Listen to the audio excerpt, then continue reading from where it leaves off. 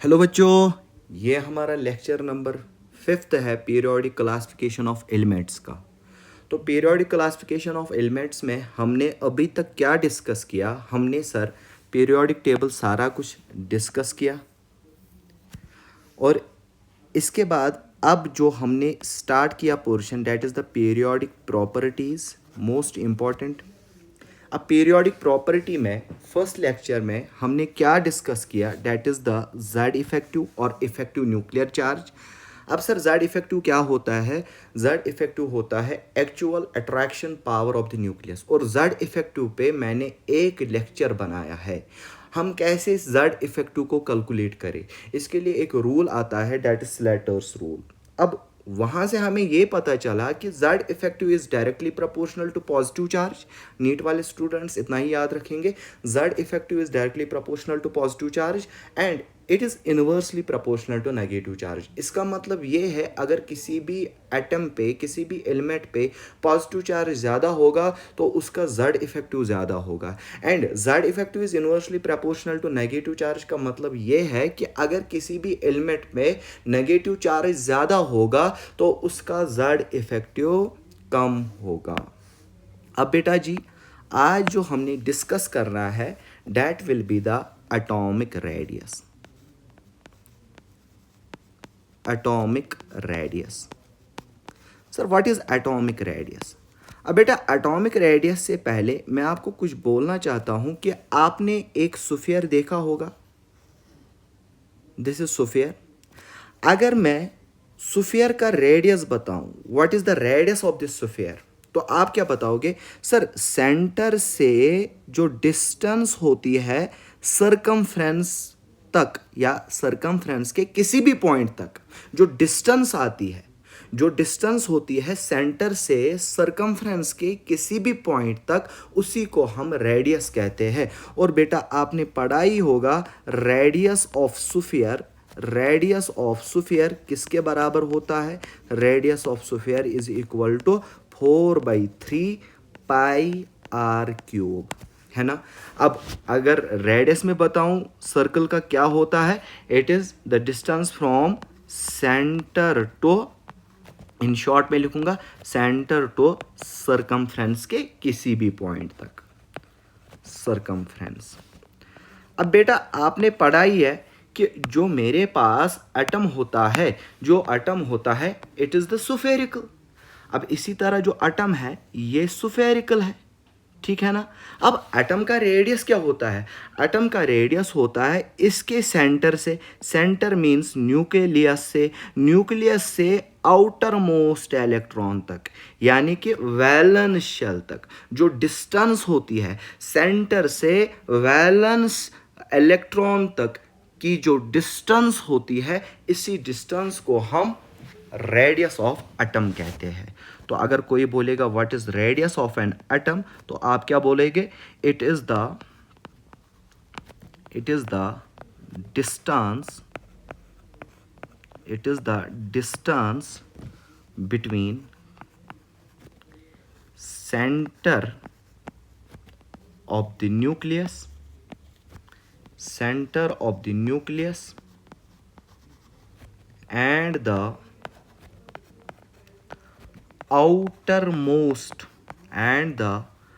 outermost electron, but condition क्या है? in an isolated का मतलब हो गया अकेला, isolated gaseous atom। तो एटॉमिक रेडियस का मतलब ये है कि जो डिस्टेंस है न्यूक्लियस से आउटर मोस्ट इलेक्ट्रॉन तक की जो डिस्टेंस होती है, इसी डिस्टेंस को हम एटॉमिक रेडियस कहते हैं। अब बेटा आपको पता ही है कि एटम क्या है। एटम एक बहुत ही स्मॉल, एक बहुत ही माइन्यूट थिंग है। तो अगर एक एटम बहुत ही स्मॉल चीज़ है तो एटम का रेडियस हम कैसे कैलकुलेट कर सकते हैं? तो some difficulties were occur while measuring the radius of an atom। तो हम हेडिंग डालेंगे कौन कौन सी डिफिकल्टी हमें फेस करनी पड़ी। Difficulties in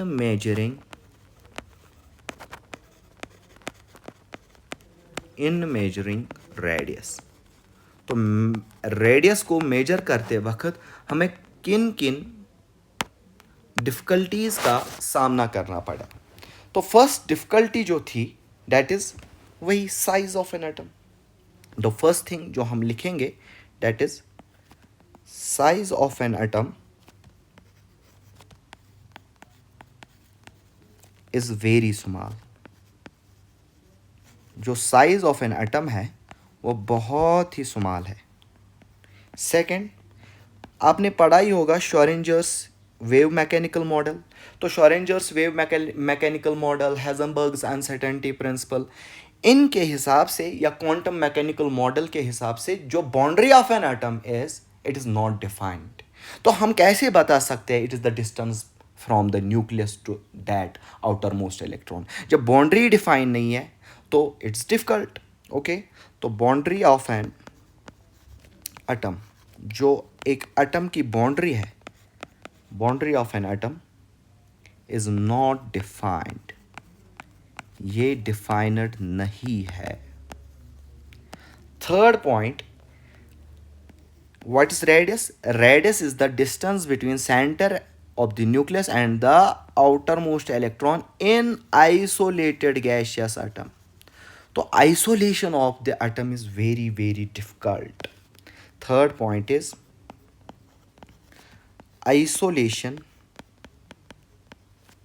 of atom is very difficult. जो आइसोलेशन है, एटम की आइसोलेशन जो है इट्स वेरी डिफिकल्ट। तो अब हम क्या करेंगे in order to calculate the radius of an atom? तो बेटा रेडियस ऑफ एन एटम को कैलकुलेट करने के लिए हम हमेशा क्या करते हैं? हम हमेशा रेडियस को कैलकुलेट करते हैं बॉन्डेड स्टेट में। किस स्टेट में बेटा? हमेशा हम रेडियस ऑफ एन एटम को हमेशा हम कैलकुलेट करते हैं इन बॉन्डेड फॉर्म में। ये पॉइंट याद रखना। ये पॉइंट मैं मेंशन करूंगा। We calculate radius of an atom in bonded form। तो हमेशा हम कैलकुलेट करते हैं एटम के रेडियस को बॉन्डेड फॉर्म में। आया समझ के नहीं आया? अब बॉन्डेड फॉर्म में तो on the basis of bonding pattern, on the basis of bonding types of atomic radius, ऐसे लिखेंगे depending upon bonding type of radius, depending upon bonding type of radius, depending upon bonding types of radius। ठीक है ना? Types of radius कौन कौन सा type है? First type is covalent radius. ठीक है बेटा। Second one is metallic radius. Third one is van der Waals radius. And fourth one is that is ionic radius। तो अभी तक मैंने क्या बोला कि बॉन्ड कैसे बनेगा दो एटम्स के बीच में। On the basis of that there are different types of radius. First one is covalent radius, second one is metallic radius, third one is van der Waals radius, fourth one is ionic radius. अब हम one by one इसकी discussion की ओर जाएंगे। First one is covalent radius.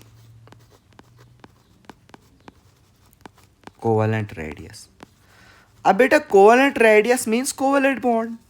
जब भी दो atoms के बीच में कोवेलेंट बॉन्ड बनेगा तो वहाँ पे जो रेडियस होगी उस रेडियस को हम कोवेलेंट रेडियस कहते हैं। तो फर्स्ट पॉइंट आप ये याद रखोगे कि covalent radius is defined for non metals. It is defined for non metals. Later on ये भी बोला गया था कि it's also defined for metals. तो बट हमारी एनसीईआरटी में जो मेंशन है वो हम डिस्कस कर लेते हैं। It's only defined for, only नहीं, it's defined for non metals. और ये पॉइंट याद रखना कि मेटल भी कोवेलेंट रेडियस दिखा सकता है। अब कोवेलेंट रेडियस क्या होता है? फॉर एग्जाम्पल, ये एक एलिमेंट है, ये एक एलिमेंट है या एटम है, ये दूसरा एटम है। अब दोनों एटम जब शेयरिंग करेंगे, दोनों एटम जब शेयरिंग करेंगे मीन्स कोवेलेंट बॉन्ड बनाएंगे, तो ये वाला एटम ए और दूसरा एटम आपस में शेयरिंग ऑफ इलेक्ट्रॉन करेंगे।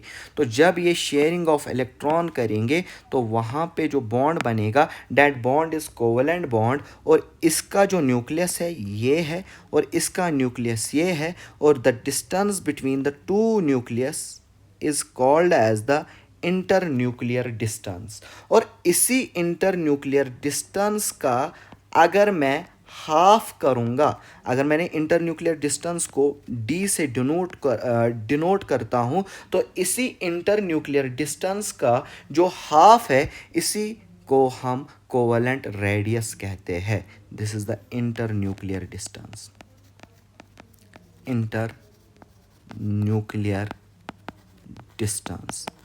अब इसी इंटर न्यूक्लियर डिस्टेंस का जो हाफ है उसी हाफ को हम कौन सा रेडियस कहेंगे? Covalent radius. तो बेटा आपने क्या याद रखना है कि जब भी कोवेलेंट बॉन्ड बनेगा उनके बीच में, न्यूक्लियस के बीच में, एक एटम और दूसरे एटम का जो न्यूक्लियस है उनके बीच की जो डिस्टेंस होती है उस डिस्टेंस को हम इंटर न्यूक्लियर डिस्टेंस कहते हैं। उसी इंटर न्यूक्लियर डिस्टेंस को अगर हम हाफ करेंगे उसी को हम कोवेलेंट रेडियस कहते हैं। तो इसकी फॉर्मूला क्या आएगी मेरे बेटे? R covalent is equal to d/2। हाँ या ना?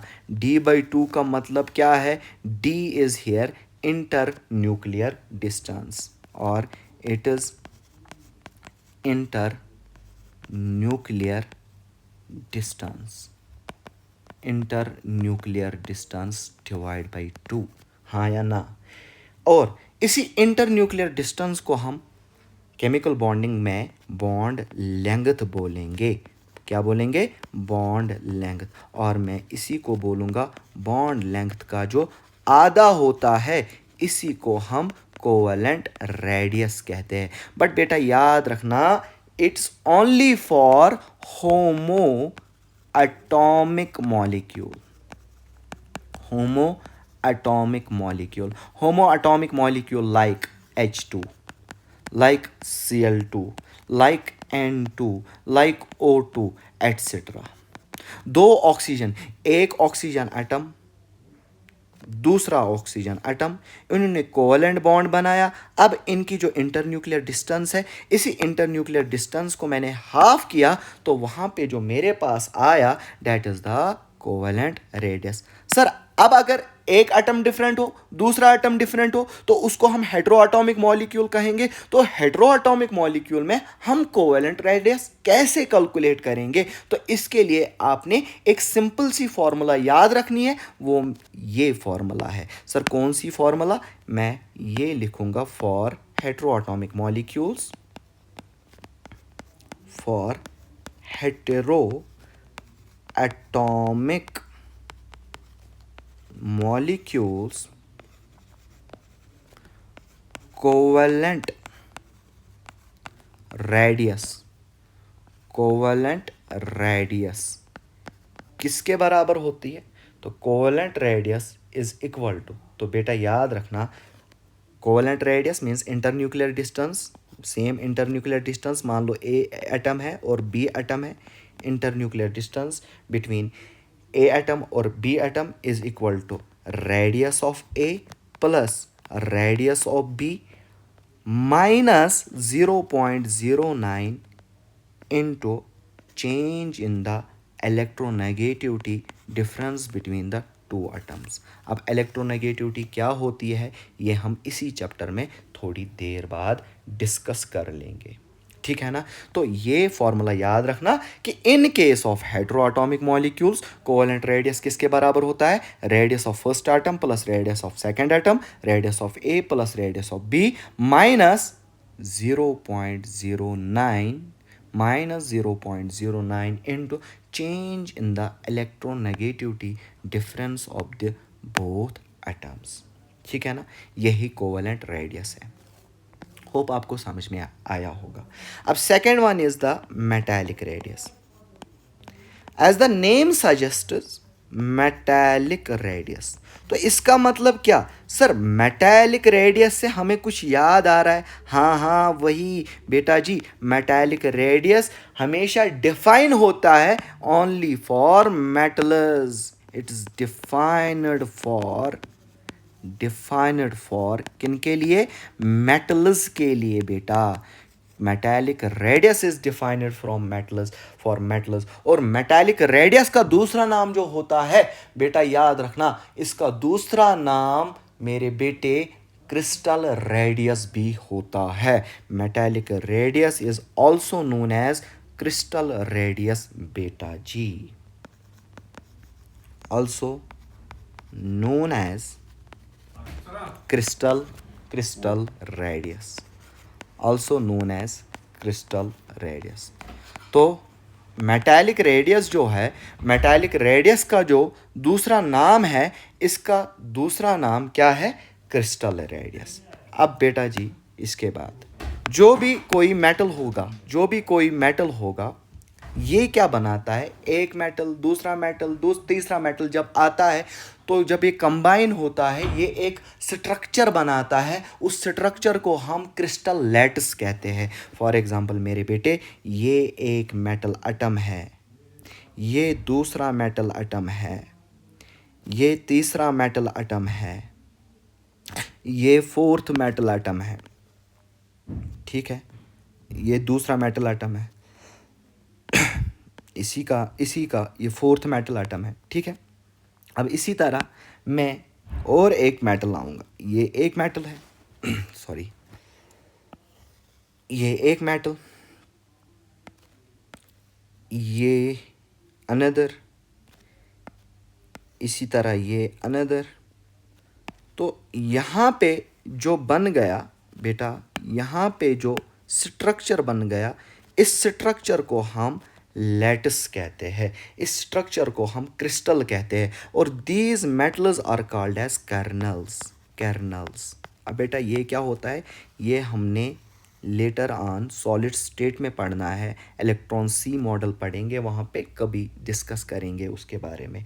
तो यहाँ पे सर अब क्या कहना चाहते हो सर, आप तो मेटालिक रेडियस बोल रहे थे, ये एक मेटल एटम है, ये इसका न्यूक्लियस, ये एक दूसरा मेटल एटम है, ये इसका न्यूक्लियस। अब इनके बीच में जो डिस्टेंस है इसको हम इंटर न्यूक्लियर डिस्टेंस कहते हैं। अब इसी इंटर न्यूक्लियर डिस्टेंस का यहाँ पे अगर मैं हाफ करूँ तो इसी को हम क्या कहेंगे, that is the metallic radius. तो similarly R metallic is equal to d/2, simple बेटा।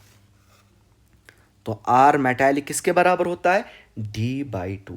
अब बेटा याद रखना एक पॉइंट, मुझे ये याद आ रहा है कि मेटालिक बॉन्ड स्ट्रेंथ। तो बेटा याद रखना कि मेटालिक बॉन्ड स्ट्रेंथ जो होता है, it is directly proportional to number of valence electrons present in the number of valence electrons present in the outermost shell। जितने ज़्यादा वैलेंस इलेक्ट्रॉन्स या फ्री इलेक्ट्रॉन्स प्रेजेंट होंगे वैलेंस शेल में, उतना ही strong metallic bond बनेगा। तो क्या बोला मैंने, मेटालिक बॉन्ड स्ट्रेंथ जो है, this metallic bond strength is किसके बराबर, metallic bond strength is directly proportional to number of valence या नंबर ऑफ फ्री इलेक्ट्रॉन्स, किसमें, इन द वैलेंस शेल। ये पॉइंट प्लीज याद रखिएगा। Metallic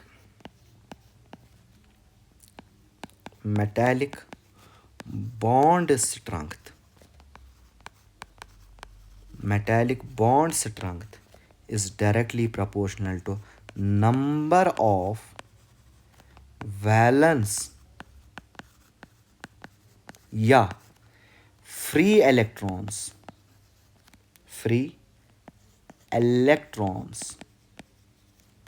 in the valence shell.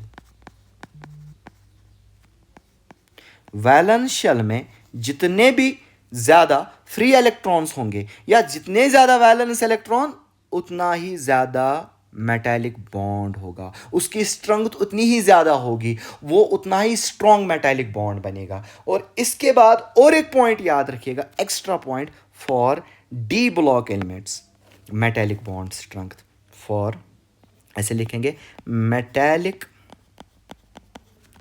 Bond strength for D block elements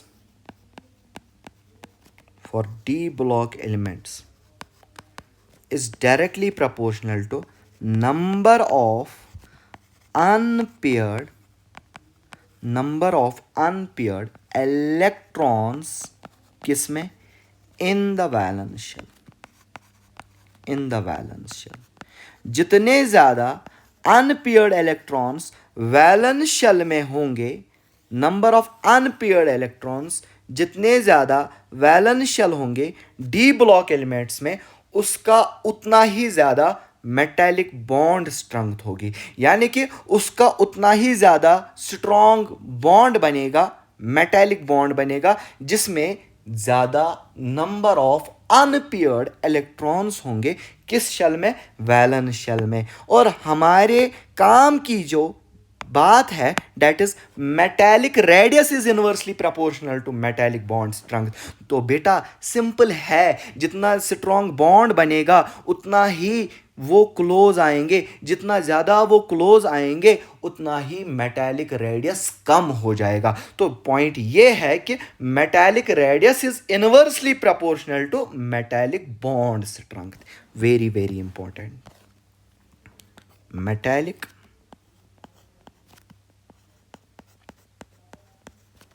radius is inversely proportional to, किसके inversely, is inversely proportional to metallic bond strength. बेटा जी ये point याद रखिएगा. क्या point है कि मेटालिक रेडियस इनवर्सली प्रोपोर्शनल होता है किससे, मेटालिक बॉन्ड रेडियस से. तो ये हो गया मेटालिक रेडियस भी. अब इसके बाद जो हमने डिस्कस करना है that is the third radius, that is wander Waals radius. Wander Waals radius. अब बेटा वैंडर वाल रेडियस जो होता है, ये पॉइंट फर्स्ट पॉइंट आप याद रखिएगा, ये वैंडर वाल रेडियस, इसको हम नोबल और इनर्ट गैस रेडियस कहते हैं, क्योंकि van der Waals radius is always defined for noble gases के लिए. It is also called as, क्या कहते हैं बेटा जी, नोबल या इनर्ट गैस रेडियस. आया समझ कि नहीं आया? बेटा क्या बोला मैंने, जो वैंडर वाल रेडियस होता है ये हमेशा डिफाइन होता है किन के लिए, नोबल गैसेस के लिए. ऐसे लिखेंगे, डिफाइंड फॉर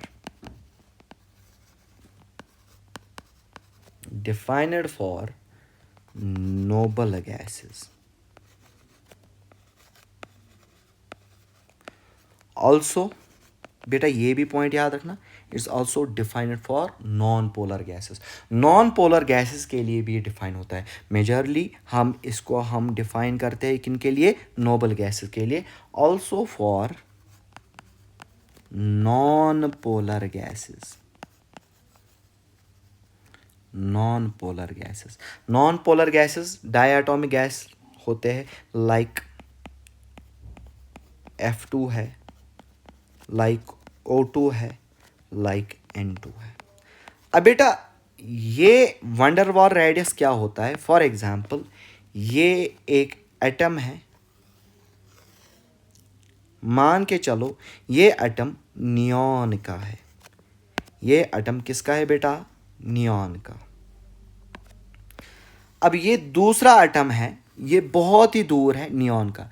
जब दो नियॉन एटम्स क्लोज आते हैं, मान के चलो यहां पे ये क्लोज आ गए, यहां पे एक फोर्स ऑफ अट्रैक्शन आता है, ये न्यूक्लियस और ये न्यूक्लियस, इसका न्यूक्लियस और इसका न्यूक्लियस, इनके बीच की जो डिस्टेंस होती है इसको हम इंटरन्यूक्लियर डिस्टेंस कहते हैं, ठीक है ना।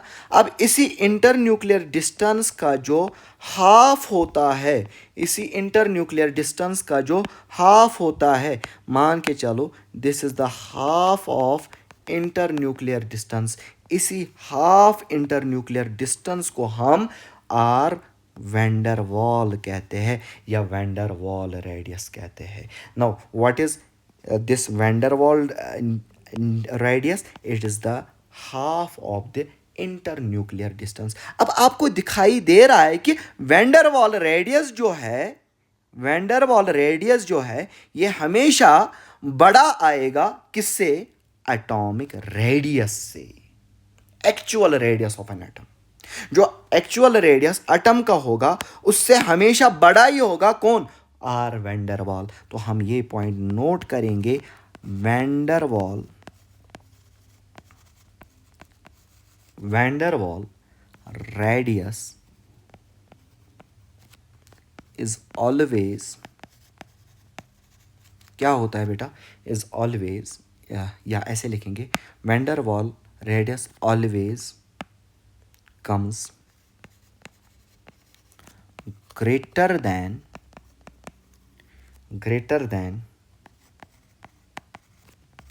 actual radius। चमका कि नहीं चमका, आया कि नहीं आया? तो क्या है, जब दो नॉन पोलर, या ऐसे बोलेंगे जब दो इनर्ट गैसेस क्लोज आते हैं, वहाँ पे फोर्स ऑफ अट्रैक्शन होती है। उस फोर्स ऑफ अट्रैक्शन के बीच में, उस फोर्स ऑफ अट्रैक्शन, यहाँ पे मैंने वर्ड किया फोर्स ऑफ अट्रैक्शन, मैंने बॉन्ड नहीं बोला। यहाँ पे फोर्स ऑफ अट्रैक्शन होता है। जब फोर्स ऑफ अट्रैक्शन होता है, जहाँ जब तक कि दो नोबल गैसेस क्लोज आते हैं, जहाँ पे ये मैक्सिमम क्लोज आते हैं, वहाँ पे एक एटम के न्यूक्लियस और दूसरे एटम के न्यूक्लियस की जो इंटरन्यूक्लियर डिस्टेंस होती है उसी को हम हाफ करते हैं, उसी का हम आर वैंडर वाल कहते हैं। सर आपने ये भी बोला था it is defined for this non polar gases like F2O2। तो non polar gas like Cl2 है, ये एक Cl2, ये Cl है, ये दूसरा Cl है, हो गया Cl2, ये Cl, ये Cl। अब ये न्यूक्लियस, ये न्यूक्लियस, इनके बीच में जो है this is the internuclear distance, और ये जो डिस्टेंस है, वेट ऐसे लिखेंगे, डिफरेंट कलर से मैं दिखाऊंगा। ये जो डिस्टेंस है, ये वाली जो डिस्टेंस है, इसको मैं क्या बोलूँगा? आर कोवेलेंट, हाँ या ना? आर कोवेलेंट, ऐसे RCl2। अब इसी तरह इसको मैं कॉपी करता हूँ, ये है, ये दूसरा Cl2 मॉलिक्यूल है। अब इनके बीच में दो Cl2 के बीच में ये है न्यूक्लियस, ये है न्यूक्लियस, ये है internuclear distance between the to Cl2 molecules, between two Cl2 molecules. इसका जो हाफ है, इसी को हम आर वैंडर वॉल कहते हैं, ठीक है ना। इंपॉर्टेंट थिंग जो आपने याद रखना है, देखो बेटा फिर से मैं दिखाता हूँ, this is the covalent radius, ये कोवेलेंट रेडियस है, देखा अच्छे से, देखा आर कोवेलेंट, दो एटम्स आपस में घुस जाते हैं। This is the metallic radius, means दो एटम्स आपस में टच करते हैं। And third one is the wander Waals radius, means दो एटम्स दूर है। क्या मैं यहाँ पे ये कंक्लूजन निकाल सकता हूँ? और जो कंक्लूजन सभी बच्चों को याद रखना है, that is R van der Waal. VW means van der Waal.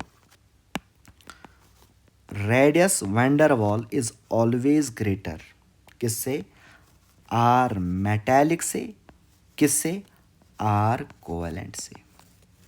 Most important thing जो अभी तक मैंने पढ़ाया, क्या? R van der Waal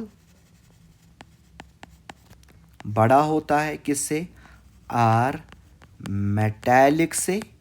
ये बड़ा होता है R मेटैलिक किससे? R कोवेलेंट से. तो आप ये याद रखोगे कि कोवेलेंट रेडियस हमेशा छोटा होता है किससे? वैन डर वाल रेडियस से. वैन डर वाल रेडियस हमेशा बड़ा होता है. तो हो गए कोवेलेंट रेडियस भी, मेटैलिक रेडियस भी और वैन डर वाल रेडियस भी. इसके बाद जो हमने पढ़ना है that will be the ionic radius. Ionic radius. अब बेटा जी आपको पता ही है मेरे बेटे आयोनिक रेडियस क्या होता है. आयोनिक का मतलब हो गया आयन. तो आयन कैसे बनता है? तो बेटा याद रखना आयन हमेशा बनता है बाय द लॉस और द गेन ऑफ इलेक्ट्रॉन. तो बेटा ये पॉइंट याद रखिएगा कि आयन हमेशा बनता है लॉस और गेन ऑफ इलेक्ट्रॉन से. लॉस और गेन ऑफ इलेक्ट्रॉन. अब अगर एटम एटम या कोई एलिमेंट इलेक्ट्रॉन लॉस करेगा तो वो क्या बनाएगा? कैटायन. इसी तरह अगर कोई एटम इलेक्ट्रॉन गेन करेगा वो क्या बनाएगा? एनायन. क्या बोला मैंने? अगर कोई एटम इलेक्ट्रॉन लॉस करेगा तो वो बनाएगा कैटायन. इसी तरह अगर कोई एटम इलेक्ट्रॉन गेन करेगा वो बनाएगा एनायन. इसी तरह आयोनिक रेडियस हमारे पास दो प्रकार के आते हैं, that is cationic radius and anionic radius. For example मेरे पास कोई ए है. अब इस ए ने इलेक्ट्रॉन लॉस किया. जितने इलेक्ट्रॉन लॉस करेगा उतना ही पॉजिटिव चार्ज आएगा. तो मान के चलो यहाँ पे इसने एक इलेक्ट्रॉन लॉस किया. जो यहाँ पे रेडियस आएगा इस ए पॉजिटिव का, इसको हम कहेंगे यहाँ पे आया कैटायनिक रेडियस. आया समझ? इसी तरह मेरे पास ए है. इस ए ने इलेक्ट्रॉन गेन किया. यहाँ पे जो बनेगा दैट इज ए नेगेटिव मेरे बेटे. इस ए नेगेटिव को हम क्या बोलेंगे? एनायोनिक रेडियस, क्योंकि एनायन बन गया. Anionic radius. अब इसी तरह आपने पढ़ा ही होगा सर क्या, अगर एक इलेक्ट्रॉन लॉस करेगा तो उस पर एक चार्ज चढ़ेगा तो उसको हम बोलेंगे मोनोवैलेंट कैटायन. इसी तरह दो इलेक्ट्रॉन्स अगर लॉस करेगा तो बाईवैलेंट कैटायन. क्या बोल रहा हूँ बेटा? कलर चेंज करते हैं. क्या बोला मैंने? ये ए एटम है, इसने एक इलेक्ट्रॉन लॉस किया तो इस चीज़ को हम जो मेरे पास बन गया इसको मैं बोलूँगा mono mean single valent cation. Monovalent cation. ठीक है ना मेरे बेटे? इसी तरह इसने अगर दो इलेक्ट्रॉन्स लॉस किए तो यहाँ पर ए डाई पॉजिटिव बनेगा तो इसको हम क्या बोलेंगे? Bivalent cation and so on. Bivalent cation. अब बेटा याद रखना जितना जेड इफेक्टिव याद करो, actual attraction power of the nucleus. जितना ज़्यादा पॉजिटिव चार्ज आएगा उतना ही कम कैटायनिक रेडियस होगा. क्योंकि न्यूक्लियस और पॉजिटिव चार्ज के बीच में, क्योंकि क्या बोला मैंने? जितना ज़्यादा पॉजिटिव चार्ज आएगा उतना ही कैटायनिक रेडियस कम होगा. कैटायनिक रेडियस, क्योंकि जेड इफेक्टिव बढ़ेगा, कैटायनिक रेडियस कम होगा. तो बेटा याद रखना, इसको हम ऐसे बॉक्स में लिखेंगे. जो भी चीज़ मैं बॉक्स में लिखता हूँ प्लीज़ उसको फोकस कीजिए, उसको याद रखिएगा. Cationic radius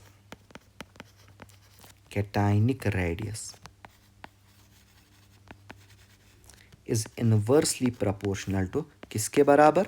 is inversely proportional to positive charge. तो कैटायनिक रेडियस हमेशा इनवर्सली प्रोपोर्शनल होता है किससे? पॉजिटिव चार्ज से. इंपॉर्टेंट पॉइंट है. और इसी तरह अगर मैं डिफाइन करूंगा an ionic radius, anionic radius. अब एनायोनिक रेडियस क्या होता है मेरे बेटे? मीन्स जब एक एटम इलेक्ट्रॉन को गेन करता है वहाँ पे एनायॉन बनता है। फॉर एग्जांपल ए है, इसने इलेक्ट्रॉन गेन किया, वहाँ पे ए नेगेटिव बन गया, हाँ या ना बोलो। इसी तरह अगर एक एटम है, इसने एक इलेक्ट्रॉन गेन किया तो ए नेगेटिव बनेगा, दूसरा इलेक्ट्रॉन गेन किया तो A-2 बनेगा, तीसरा इलेक्ट्रॉन गेन किया तो A-3 बनेगा। जितने इलेक्ट्रॉन्स गेन करेगा उतना ही नेगेटिव चार्ज उस पर आएगा। और बेटा याद रखना, जितना ज़्यादा नेगेटिव चार्ज उतना ही ज़्यादा एनायोनिक रेडियस होगा। तो बेटा ये पॉइंट याद रखिएगा, anionic radius is directly proportional to negative charge. An ionic radius is directly proportional to किसके बराबर? शाबाश, is directly proportional to negative charge. ये पॉइंट प्लीज याद रखिएगा, an ionic radius is directly proportional to negative charge. For example मैंने लिखा A-3, A-2, A-, arrange anionic radius. Sir अभी आपने बोला anionic radius is directly proportional to negative charge, जितना ज़्यादा नेगेटिव चार्ज उतना ही ज़्यादा एनायोनिक रेडियस। तो मैं क्या बोलूँगा? Order of anionic radius. तो क्या आएगा बेटा? ऑर्डर ऑफ एनायोनिक रेडियस आएगा A-3 सबसे ज़्यादा, किससे? A-2 से, किससे? A- से। ये हमने डिस्कस कर लिया। इसी तरह अगर मैं यहाँ पे अनदर एग्जाम्पल लूँ, A3+, A2+ और A+, order arrange the in cationic radius order. Cationic radius order में अरेंज करना है। तो अभी मैंने बोला जितना ज़्यादा पॉजिटिव चार्ज उतना ही कम कैटायोनिक रेडियस। अब पॉजिटिव चार्ज किस में ज़्यादा है? इसमें। तो इसका सबसे कम कैटायोनिक रेडियस होगा। क्या ऑर्डर ये आएगा? तो बेटा जी क्या मैं जितना भी हमने अभी तक पढ़ लिया, क्या इसको मैं एक सिंगल बक्से में बंद कर सकता हूँ? ये बोल सकता हूँ size is directly proportional to negative charge. जो साइज है ये डायरेक्टली प्रोपोर्शनल है नेगेटिव चार्ज से, और it is inversely proportional to positive charge. आया समझ? आया बेटा जी समझ? क्या बोला मैंने?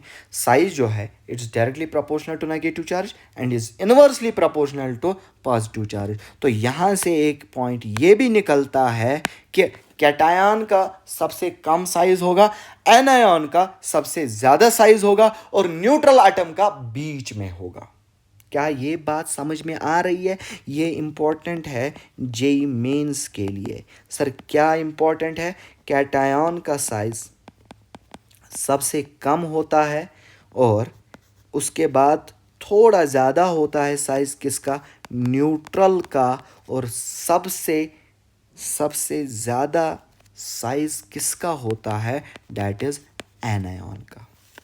तो ये पॉइंट आप याद रखिएगा, कैटायन का सबसे कम साइज, एनायन का सबसे ज़्यादा, और न्यूट्रल का बीच में साइज होता है। कैटायन से बड़ा, एनायन से छोटा। किसका साइज? न्यूट्रल का साइज। क्या बोला मैंने? फिर से बताओ। कैटायन का साइज सबसे कम साइज होता है, एनायन का साइज सबसे ज्यादा साइज होता है, बट जो न्यूट्रल होता है मेरे बेटे, न्यूट्रल का मतलब ना उधर का ना इधर का, ये तो बीच का है। तो इसका मतलब ये है कि इसका साइज बीच में होगा, यानी कि कैटायन से ज्यादा और एनायन से कम। अब एग्जाम्पल लेते हैं बेटा। फॉर एग्जाम्पल मैंने लिखा H पॉजिटिव और H नेगेटिव। इसको अरेंज करना है, अरेंज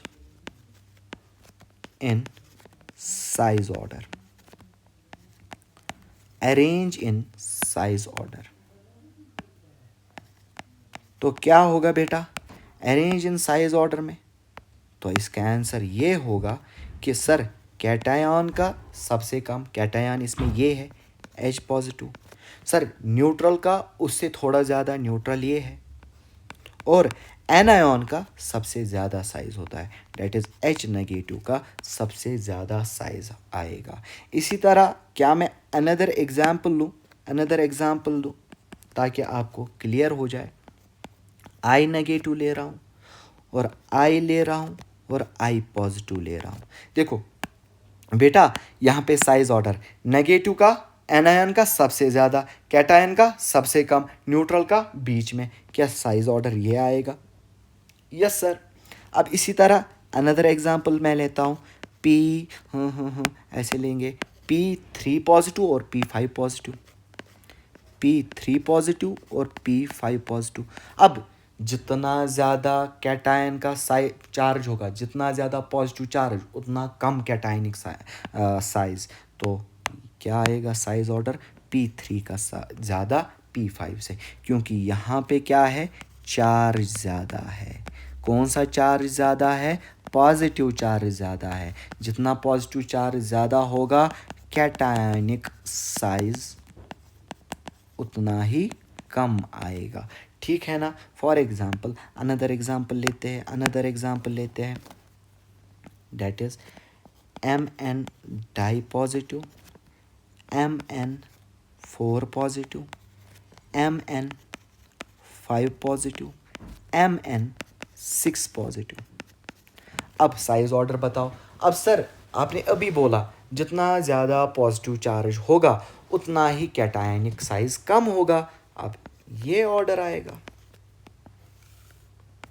ठीक है ना, साइज ऑर्डर।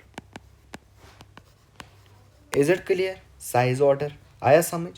अब बेटा जब क्वेश्चन में एटम भी डिफरेंट होगा और चार्ज भी डिफरेंट होगा, तो आप हमेशा चेक करना कहीं वो आइसो इलेक्ट्रॉनिक स्पीशीज तो नहीं हो। तो for isoelectronic species size order क्या आएगा? फॉर आइसो इलेक्ट्रॉनिक स्पीशीज, क्या बोला मैंने? जब चार्ज भी डिफरेंट, एटम भी डिफरेंट, फर्स्ट थिंग आपने क्या चेक करना है, क्या ये कहीं आइसो इलेक्ट्रॉनिक तो नहीं है। अगर आइसो इलेक्ट्रॉनिक होगी जो अभी तक पढ़ रहे थे वही, that is the size is directly proportional to negative charge, size is directly proportional to negative charge and is inversely proportional to positive charge, जो अभी तक हम डिस्कस कर रहे थे। क्या?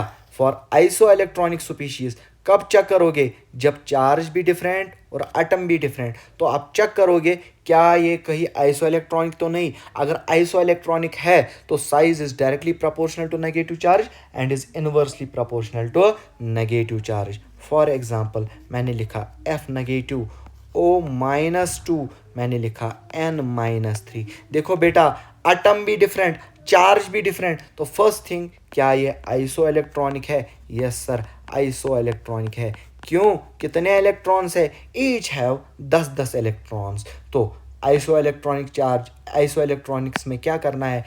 Charge size is directly proportional to negative charge, जिसका negative charge ज़्यादा होगा उसका साइज ज़्यादा होगा। तो क्या ये साइज ऑर्डर आएगा? Yes sir. इसी तरह अगर मैं पॉजिटिव वाला एग्जांपल लूँ, ओके सोडियम का लेते हैं। फॉर एग्जांपल मैंने लिखा सोडियम पॉजिटिव, मैंने लिखा मैग्नीशियम डाई पॉजिटिव, मैंने लिखा मैग्नीशियम डाई पॉजिटिव। इसी तरह मैंने लिखा aluminium try positive, aluminium try positive.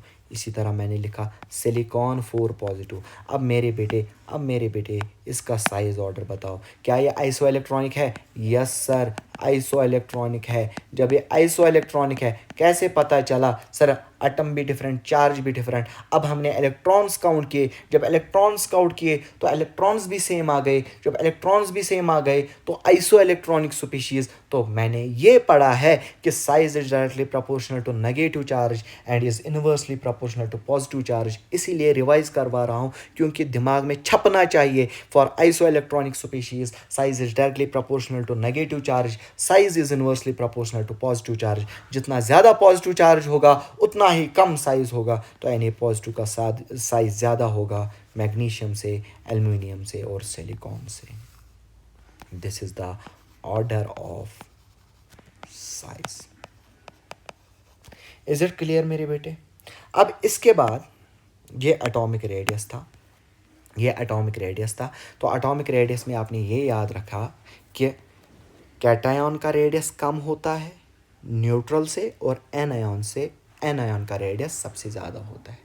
और ये भी पॉइंट याद रखा कि जो वैन डर वाल रेडियस है उसका रेडियस सबसे ज़्यादा है किससे, मेटालिक से, और कोवेलेंट रेडियस का कम रेडियस होता है. ठीक है ना. अब इसके बाद फैक्टर्स अफेक्टिंग एटॉमिक रेडियस क्या पढ़ना है? Factors, most important, factors affecting atomic radius. अब कौन कौन से वो फैक्टर है जो एटॉमिक रेडियस को अफेक्ट करते हैं? हमेशा पीरियोडिक टेबल में जो पहला बंदा जो किसी भी चीज को अफेक्ट करेगा that will be the Z effective. क्या पॉइंट याद रखोगे? हमेशा पहला बंदा जो भी किसी भी प्रॉपर्टी को अफेक्ट करेगा that will be the Z effective. इसीलिए जेड इफेक्टिव पे मैंने एक लेक्चर लिया. तो क्या बोला मैंने? Factors affecting atomic radius, first thing जो आएगा that will be Z effective. मेरे बेटे जेड इफेक्टिव का मतलब क्या? सर हम ना गजनी है, हम भूल गए. जेड इफेक्टिव का मतलब हो गया actual attraction power of the nucleus. फिर से बोलो, actual attraction power of the nucleus. Z effective is the actual attraction power of the nucleus. Z effective का मतलब क्या? Actual attraction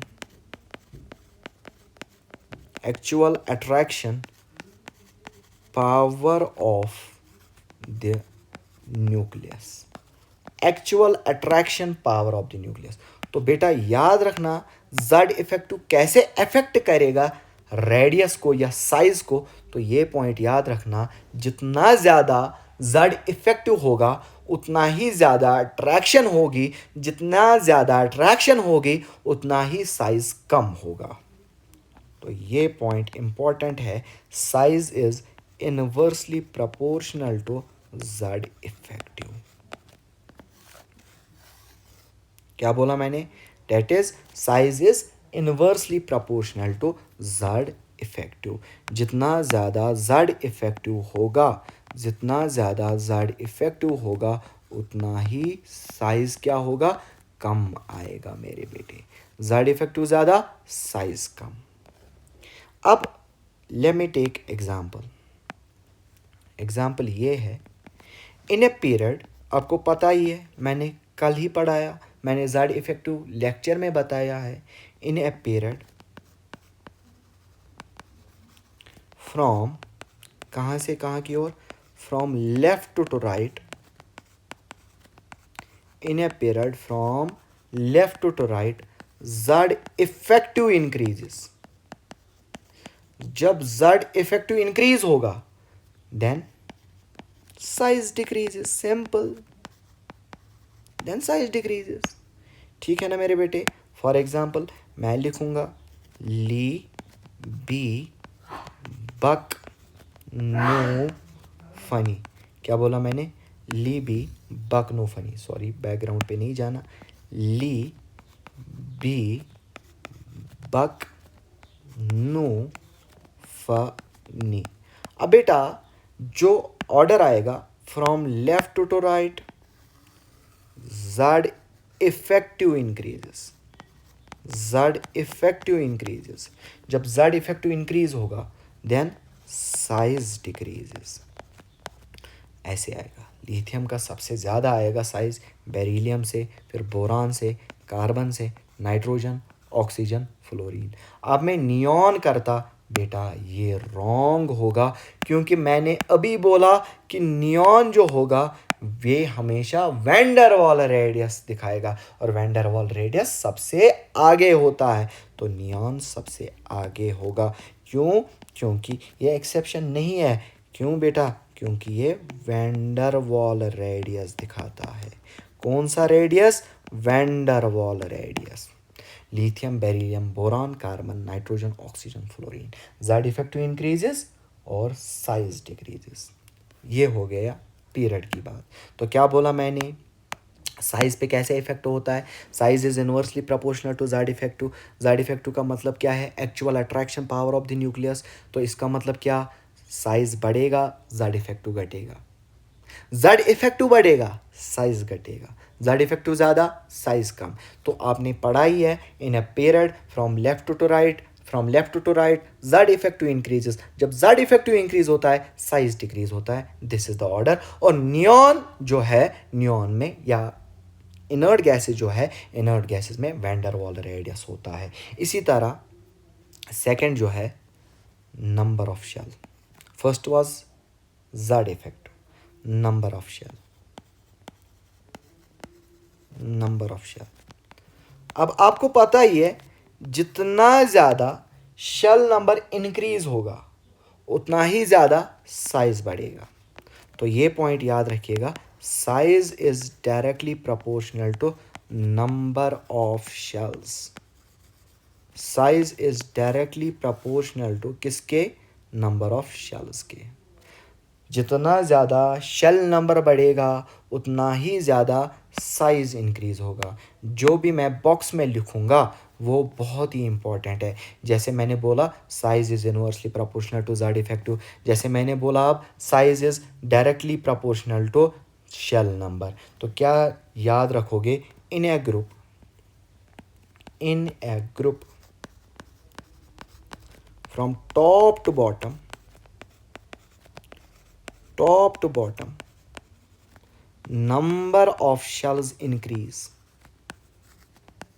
number of shells increase। जब नंबर ऑफ शेल्स इंक्रीज होती है 10 size increases, 10 size increases.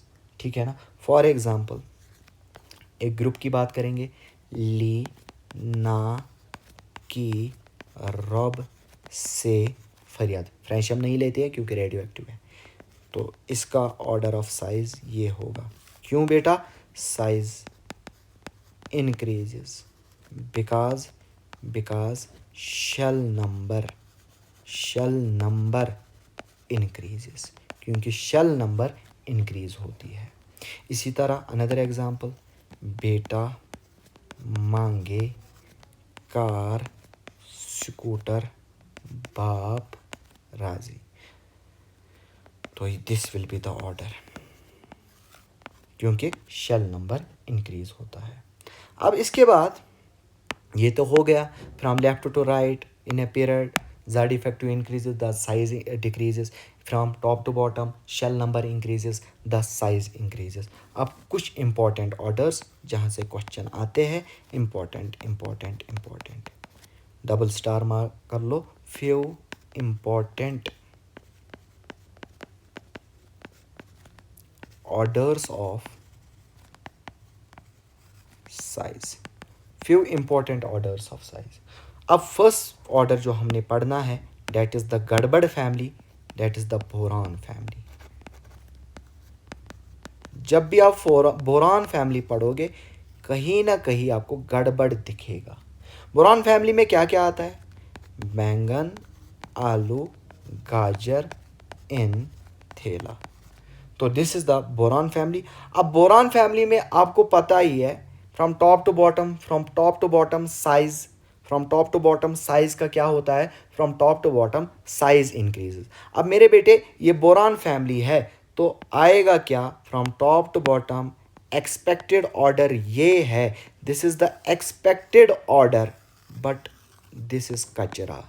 ये expected order है, boron, aluminium, gallium, indium, thallium, size increase होगा। But यहाँ पे क्या होता है जो आपने याद रखना है, मोस्ट इंपॉर्टेंट ये है, फिर मैं रीज़न भी बताऊंगा, एक्सेप्शन नहीं बोलूँगा, डैट इज़ बोरान। फिर इसके बाद एल्युमिनियम का साइज़ आना चाहिए ज़्यादा, बट गैलियम का साइज़ आता है।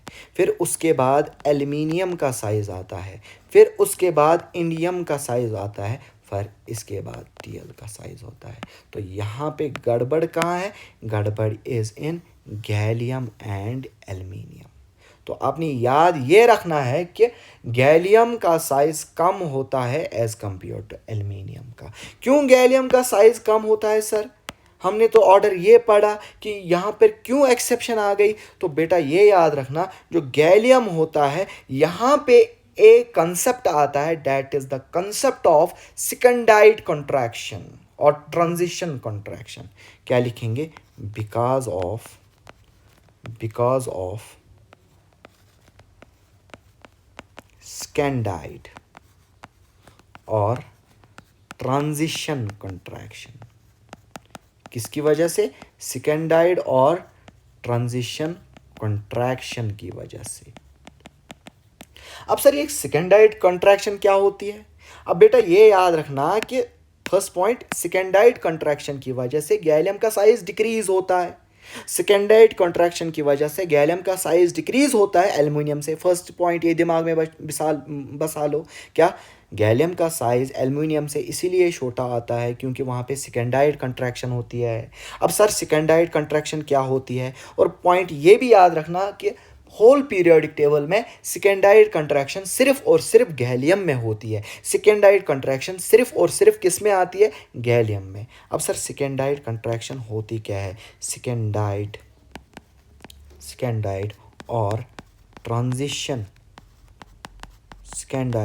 Transition contraction. देखो बेटा, सेकेंडाइड और ट्रांजिशन कंट्रैक्शन, इसमें ये पॉइंट लिखोगे कि इट्स ओनली सीन इन किस में? गैलियम। Only in gallium. सिर्फ किस में होता है? गैलियम में। अब गैलियम की इलेक्ट्रॉनिक कॉन्फ़िगरेशन लिखते हैं, that is 1s2 2s2 2p6 3s2 3p6 4s2 3d10 4p1। हाँ या ना? अब बेटा जी यहाँ पे क्या आया सर? कुछ आया। क्या आया? डी आया। तो मैंने आपको बोला है कि डी की क्या होती है? सर हमें मत बोलो, डी की पोर स्क्रीनिंग होती है। पोर स्क्रीनिंग का मतलब क्या है? सिग्मा कम। जब सिग्मा कम आएगा तो जेड माइनस सिग्मा ज़्यादा आएगा। जब जेड माइनस सिग्मा ज़्यादा आएगा तो जेड इफेक्टिव ज़्यादा आएगा। जब जेड इफेक्टिव ज़्यादा आएगा तो साइज कम आएगा। आया समझ पब्लिक? आया कि नहीं आया? क्या बोला मैंने? सेकेंडाइड कंट्रैक्शन में ये सिर्फ गैलियम में पाया जाता है। जो गैलियम होता है उसमें 3D आता है। 3D में पोर स्क्रीनिंग होती है। पोर स्क्रीनिंग का मतलब सिग्मा कम। सिग्मा कम का मतलब जेड माइनस सिग्मा ज़्यादा। जेड माइनस सिग्मा ज़्यादा का मतलब जेड इफेक्टिव ज़्यादा। जेड इफेक्टिव ज़्यादा का मतलब है साइज डिक्रीजेस। तो मैं यहाँ पे इसका रीज़न ये लिखता हूँ कि due to poor screening of 3D electrons, जो 3D इलेक्ट्रॉन्स है इनकी पोर स्क्रीनिंग हो गई। Z effective increases. जो जेड इफेक्टिव है वो इंक्रीज होता है किस में? इन गैलियम में। ड्यू टू विच, उसकी वजह से क्या होगा? Due to which contraction occur, उसकी वजह से कंट्रैक्शन होगी। जब कंट्रैक्शन होगी तो क्या होगा? कंट्रैक्शन ऑकर इन गैलियम, तो क्या होगा? Size decreases. ठीक है ना? Size decreases. इसी को हम क्या कहते हैं? सेकेंडाइड और ट्रांजिशन कंट्रैक्शन। कौन सी कंट्रैक्शन? Transition contraction. और किस में पाया जाता है? सिर्फ गैलियम में पाया जाता है, बस और बस। तो ये मैं उर्दू में भी लिखूंगा। वेरी इंपॉर्टेंट है क्योंकि मुझे पता है मेरे बच्चे गजनी हैं। सिर्फ गैलियम में सेकेंडाइड कंट्रैक्शन, बाकी किसी में भी सेकेंडाइड कॉन्ट्रैक्शन नहीं लगाना, साइंटिस्ट नहीं बनना, सिर्फ गैलियम में क्या होता है, सेकेंडाइड कॉन्ट्रैक्शन। ठीक है ना। अब इसी तरह मैं बोरान के बाद कार्बन फैमिली लूँगा। कार्बन फैमिली में अब कोई ये बोलेगा कार से गए सिंध पंजाब। अब कोई ये बोलेगा सर गैलियम में भी सेकेंडाइड कॉन्ट्रैक्शन होगी। ना जी ना, मैंने क्या बोला, दिमाग नहीं लगाना है, दिमाग नहीं लगाना है, घुटने लगाने हैं, क्योंकि आपका दिमाग किस में है, घुटनों में। ठीक है ना मेरे बेटे। तो याद क्या रखोगे, सिर्फ और सिर्फ गैलियम में सेकेंडाइड कॉन्ट्रैक्शन होगी, बाकियों में normal order, normal order, that is this will be the order. Car से गए सिंध पंजाब। इसी तरह another group that is nitrogen, new people are so busy. तो इसमें भी नॉर्मल ऑर्डर ये आएगा। अनदर ऑर्डर ओ साथ साथी तेरा पायो, ओ साथ साथी तेरा पायो, इसका भी नॉर्मल ही ऑर्डर आता है साइज का। इसके बाद फिर कल बाहर आई आंटी, इसका भी साइज ऑर्डर सेम आएगा। इसके बाद helium, neon, argon, krypton, xenon, radon, और helium, neon, argon, krypton, xenon, radon and oganesson, इसका ऑर्डर भी क्या आएगा, सेम ही आएगा। ठीक है ना। अब इसके बाद हमने जो पढ़ना है that is the atomic size order of D block elements, that is atomic size order किनका, ऑफ डी ब्लॉक एलिमेंट्स। अब डी ब्लॉक एलिमेंट्स में कौन कौन सा आता है इन ए ग्रुप। पहले हम ग्रुप की बात करेंगे, इन ए ग्रुप। अब फर्स्ट ग्रुप जो है that is the third group, that is scooter Yamaha लाओ, दैट इज स्कूटर यामाहा लाओ।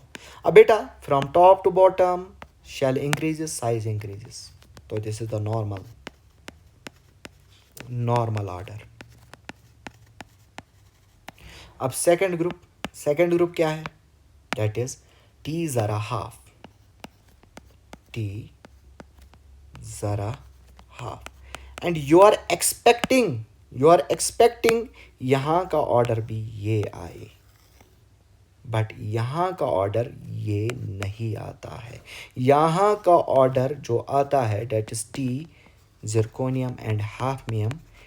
टी और जिरकोनियम में जिरकोनियम ज़्यादा है और इनका साइज अप्रॉक्सीमेटली दोनों का सेम आता है, दैट इज ZR और HF का साइज सेम आता है।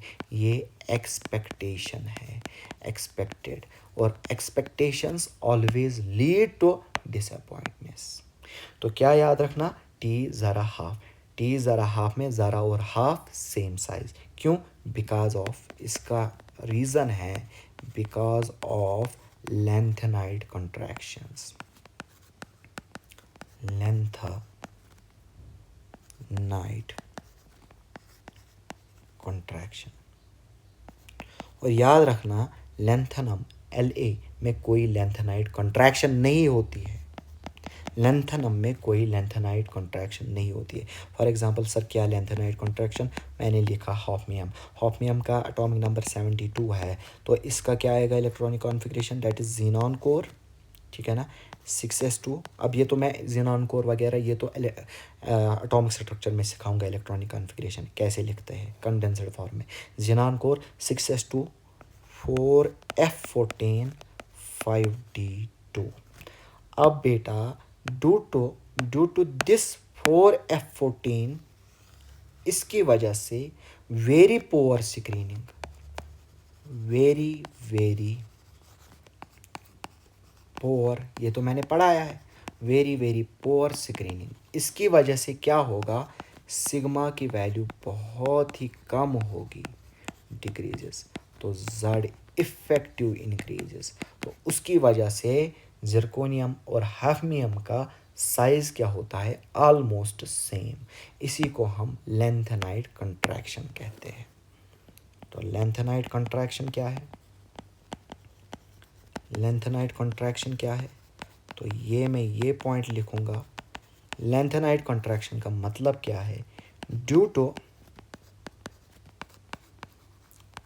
पोर स्क्रीनिंग किसकी, of 4f subshell electrons, poor screening of 4f subshell electrons, z effective increases, उसकी वजह से z इफेक्टिव इंक्रीज होता है in 5D series, in 5D series elements, bracket में लिखो HF onwards, hafnium and onwards, ठीक है बेटा।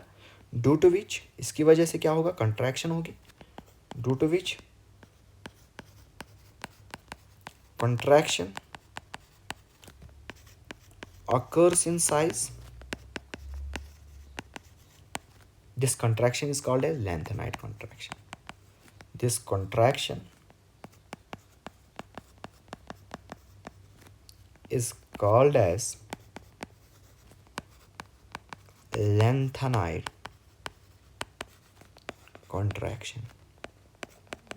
तो ये पॉइंट, लास्ट पॉइंट याद रखिएगा, बाकी हम कल डिस्कस करेंगे क्योंकि लेक्चर बड़ा हो जाएगा, फिर आप बोर हो जाते हो।